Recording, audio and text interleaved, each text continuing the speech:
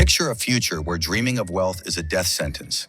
In this world, the richer you are, the faster you die, thanks to a mysterious virus that preys on the elite. Welcome to Rich Flu, the gripping 2024 American disaster flick that'll make you rethink your bank account. Fair warning, if you've got cash in your pocket, you might want to skip this one, or you'll be tempted to give it all away. We meet Mary, a glamorous socialite, at a glitzy high society auction. She's just dropped $2 million on a painting donated by royalty, smugly knowing it's worth way more. Flipping it could make her even richer. She's thrilled, ready to brag to her daughter, when a billionaire across the room flashes a smile, his teeth gleaming unnaturally white. Mary's distracted, half joking about what toothpaste could make teeth that perfect. But her curiosity is cut short by a blood-curdling scream. The crowd rushes over to find the royal who donated the painting convulsing on the floor. Moments later, he's gone, dead. News spreads like wildfire. This isn't an isolated incident. Across the globe, the ultra-wealthy are dropping like flies or vanishing without a trace. They're calling it Rich Flu, a terrifying phenomenon targeting the elite. Experts scramble for answers, throwing around theories of terrorist attacks as financial markets teeter on collapse. But a mysterious woman in white has a different take. She's convinced it's no attack. It's a virus, one that only latches onto the rich. And there's one chilling detail. Every dead billionaire had those same dazzling white teeth. Mary brushes it off. She's wealthy, sure, but not Forbes list rich. And her teeth, perfectly normal. She heads back to work, trying to stay calm. But her stomach drops when she notices her boss's teeth, gleaming, almost glowing. He's infected. Yet he seems fine, full of energy, which only makes it scarier. No one knows how this virus kills, and Mary's imagination runs wild with the possibilities. Panicked, she orders her assistant to book a private jet to flee the city. But outside, chaos is brewing. The streets are erupting as the poor celebrate the fall of the rich. And even the police can't contain the frenzy. Driving home, Mary gets more bad news. Her stocks have skyrocketed, pushing her net worth to $9 billion. She's richer than ever, but instead of joy, she feels dread. More wealth means a bigger target on her back. Her driver, overhearing this, slaps on a mask. Terrified she'll infect him. The only way to survive? Ditch your wealth. Give it away or burn it. But in this madness, no one dares accept money. It's a curse. Mary rushes home, packs her bags and checks her teeth in the mirror, praying they're still normal. She's desperate to reach her daughter in another city. Before she can leave, soldiers barge in. They've tracked her wealth and declare her a high-value asset needing protection. Mary nods, playing along, but her gut screams to run. She slips out the back door, determined to control her own fate. At her private airport, she finds a mob of terrified tycoons fighting for the last plane out. Money and power mean nothing now, just survival. Mary tries to tip her assistant for arranging the flight, but the woman refuses, backing away with a mask on. She won't risk catching Rich Flu by taking tainted cash or boarding a plane full of infected elites. As Mary boards, panic erupts. One passenger's teeth turn blindingly white, and the crowd loses it. A blonde woman screams to throw him off, but he fights back, fists flying. In the chaos, the cabin door rips open. The brawl doesn't stop until the others shove both the man and the woman out, their screams fading as they fall. The plane falls silent, passengers staring at each other, haunted by what's next. Mary glances at her phone. Her city's a wasteland now. When they land, everyone bolts, running for their lives. Mary's ex-husband picks her up, but this new city's no safer. Police checkpoints are everywhere, scanning for the infected and checking IDs. If they ID Mary as a billionaire, she's done for. Her heart pounds as she fumbles for her ID. Then a truck slams into a squad car, halting the checks. She slips through, shaken but alive. Driving past the docks, they see a cruise ship explode in a fireball. The world's unraveling.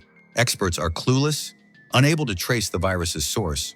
Tycoons are torching their empires, shutting down businesses and destroying assets to save themselves. But their selfishness is screwing over countless innocents. Her ex drives all night to a rural village, hoping for refuge. But the locals aren't thrilled to see Mary. Their glares drip with contempt, and even her own mother seems cold. The truth stings.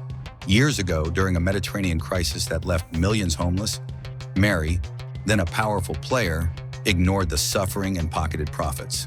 She even abandoned her young daughter here, leaving her with her mom. The villagers haven't forgotten and they hate her for it. An old man with white hair spits venom, mocking that the virus only hunts the rich. And Mary's day is coming. His glare, raw with pain from that past disaster, cuts deep. That night, Mary confesses to her ex. She's way richer than he thought. He's stunned, but helpless. They're living moment to moment. Suddenly, a local bursts in, warning that soldiers are closing in on the village, hunting for Mary. The villagers swarm, demanding she leave. Overwhelmed, Mary gives in, her mother's disappointed eyes burning into her. Despite their rift, her mom still wants to protect her, but it's too late. Mary hits the road again, a fugitive from a virus that's rewriting her world. With the village behind her, Mary and her family, guided by black skin, pile onto a yacht and set sail for the mountains to find her mother's old friend. The next morning, a blaring horn jolts Mary awake. The sea is a chaotic maze of fleeing boats, packed with desperate souls escaping the rich flu. At night, they spot a figure floating in the water. Without hesitation, Mary and her family pull her aboard. A young black girl who's been drifting for 6 grueling days.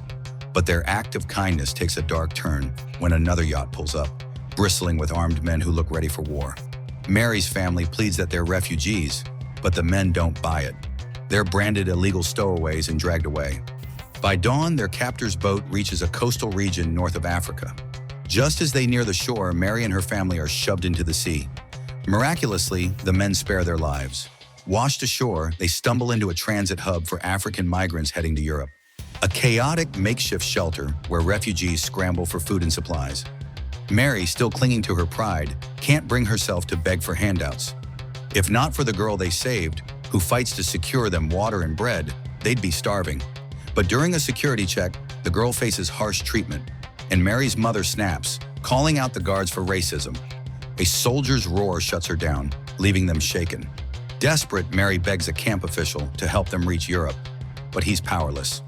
Wandering the camp, she spots a familiar face, a tycoon she knows. As he turns, he pulls off his mask, revealing a set of gleaming white teeth. He's infected with rich flu and doesn't care who he endangers. Disgusted and terrified, Mary leads her family out of the camp that night, finding refuge in an abandoned yacht. She checks her teeth in a cracked mirror, breathing a sigh of relief.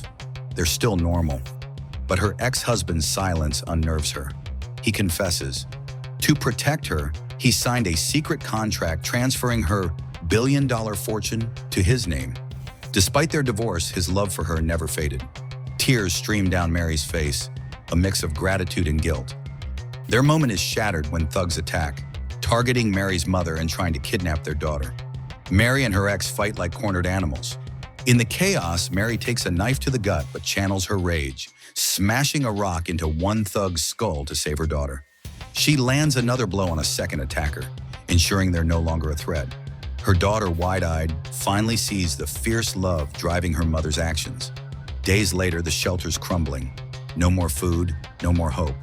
The refugees band together, crafting rafts to sail to safety. That night, a distant light sparks joy. They think it's salvation, but a speeding yacht barrels toward them, set to crush their fragile raft. Mary screams for everyone to jump. The yacht doesn't stop, and the waves tear her family apart. Mary washes ashore, rescued by strangers, but her daughter's gone. Panic consumes her. Not knowing if her saviors are friend or foe, she flees to an abandoned building. There, a white-haired old woman sizes her up and, with a knowing glance, hands her local clothes to blend in. Disguised, Mary presses on, miraculously finding her daughter and the young girl they saved at another drop-off point. But her heart breaks. Her mother didn't make it. Clutching her daughter, Mary hits the road again, piling into a crowded refugee truck. Halfway through, armed bandits hijack them, but Mary and her group escape, forced to trek on foot through endless days and nights. Exhausted, they stumble into another shelter. To Mary's relief, the people here are kind, welcoming them with warmth. The catch? Everyone must surrender their possessions. Mary complies but clings to a battered watch, her first paycheck gift to herself, a symbol of her old life. It's worthless now, but letting go feels like losing herself. Gritting her teeth, she hands it over. The elders sort the items, keeping what's useful and tossing the rest. When it's time to pick a keepsake, a woman chooses Mary's watch and Mary's heart twists, fearing it'll be ruined. She half-heartedly picks a random item, unable to care. Life here is simple but fair. Everyone works for food, no exceptions. Mary, who's never done manual labor, toils in the fields. It's a far cry from her old penthouse days, but there's peace in the safety. Her daughter thrives, laughing with other kids by the sea. At night, they gather around a fire, sharing stories and meals, finding a flicker of joy. Days later, another collection day arrives, and Mary's watch catches someone else's eye. She hides her worry. This time, she chooses a small knife with purpose.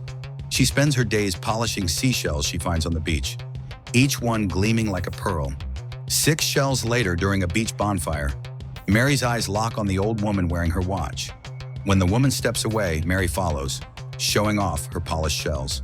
The woman's eyes light up, reaching for one, but Mary clenches her fist, staring at the watch with a sly, unsettling smile. And that's where Rich Flew ends, a chilling, ambiguous, close to a wild ride. This 2024 disaster epic starts with a bang, delivering heart-pounding thrills as the world unravels. The concept of a virus targeting the rich is fresh and gripping, but the story loses steam toward the end, settling into a quieter rhythm. Still, Mary's final cryptic smile elevates it, hinting she's not done playing the game. Deep down, she's not ready to let go of her old life. Maybe she'll even rebuild a new empire in this broken world. That's all for today's recap. Thanks for tuning in, and I'll catch you next time. Love this Rich Flew recap? Drop a like, share your thoughts in the comments, and hit subscribe for more epic movie breakdowns. Don't miss out.